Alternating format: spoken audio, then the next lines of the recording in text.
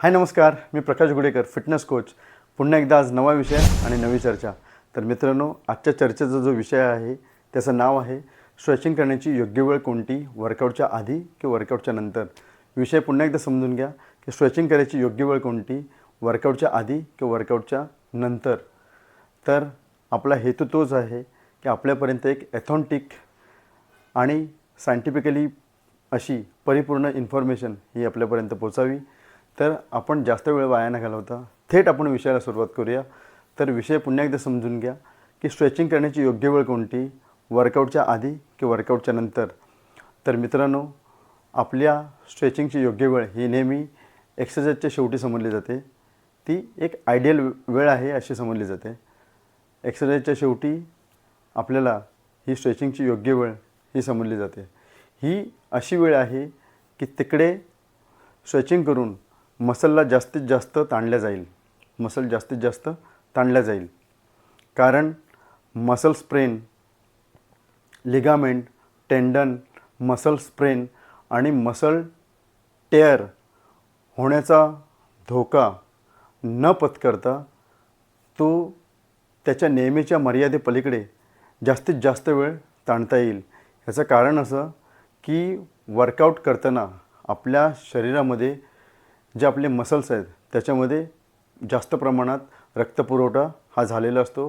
तसेच आपल्या शरीराचे जे काय कोर टेम्परेचर आहे ते जास्त प्रमाणात वाढलेले असते. एक्सरसाइजच्या शेवटी किंवा वर्कआउटच्या पूर्वी शरीर थंड असताना जर का अशा प्रकारचे स्ट्रेचिंग केले जर का कोणी, तर त्या स्ट्रेचिंगचा परिणाम फार कमी होतो. कारण बॉडी आपली हीट नसते, कारण बॉडीचं कोर टेम्परेचर हे वाढलेलं नसतं. तसेच दुखापतीचा धोका जो असतो तो जास्त प्रमाणात वाढतो. दुखापतीचा जो धोका आहे तो जास्त प्रमाणात वाढतो. आणि लक्षात घ्या, 2 सेट्सच्या मध्ये कधीही स्ट्रेचिंग करू नये.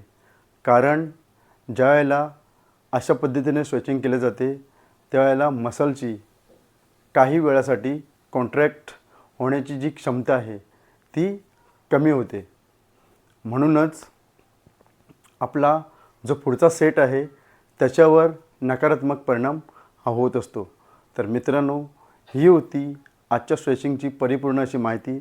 जर माहिती आवडली असेल तर व्हिडिओला जरूर लाईक करा आणि चॅनलवर जर का नवीन असाल तर चॅनलला जरूर सबस्क्राईब करा.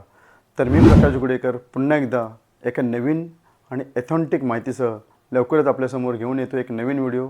तोपर्यंत तुम्ही रोज जिम करा, आपलं आरोग्य सांभाळा आणि रोज व्यायाम करा.